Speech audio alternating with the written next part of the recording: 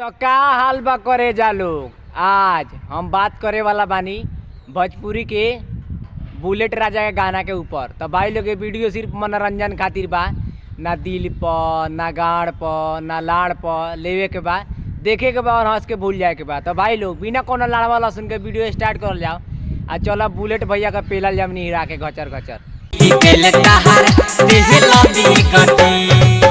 अच्छा तो बुलेट भैया कहे के मतलब बा कि बेल तोहर तेल फेंक दी। तो ये बुलेट भैया हम जब निहुरा के पेलेम ना तो लाड़े पे कर बहिंच दो हक दी। ठीक बा ना, इहो कोनो बात पे लेकर बहिंच दो, बेल लेकर तेल फेंक दी। लाड़वा भी तो फेंक सकेला, एकर बहिंच दो। तेल काहे फेंकी यार, तेल तो एकर बहिंच दो। छोड़ा हटावा ना कहे तब अभे गरिया देम लाड़वा जैसे मुंह बन जाई। ठीक बा आ 1 मिनट भाई लोग, भौजी एकर बहिंच दो कितना सुंदर बा। मन करता अपना मुंह पर पाउडर लगा के आ भौजी के गांड मार दिए कर बहिंच दो घचर घचर।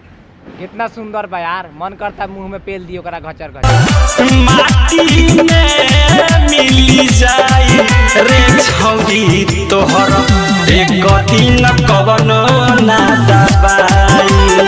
तो ए भौजी ई जौन तोहर माटी के गांड बानू हमरा से निहुर के पेलवा ल।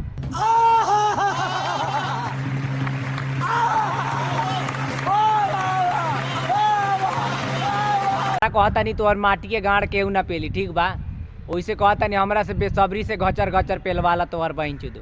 पेलवा ला चोदवा ला हुकवा ला तोहर बहिंच दो एक बेर, लेकिन पेलवा दो विश्वास करके पेलवा तोहर बहिंचो बेसब्री से घचर घचर।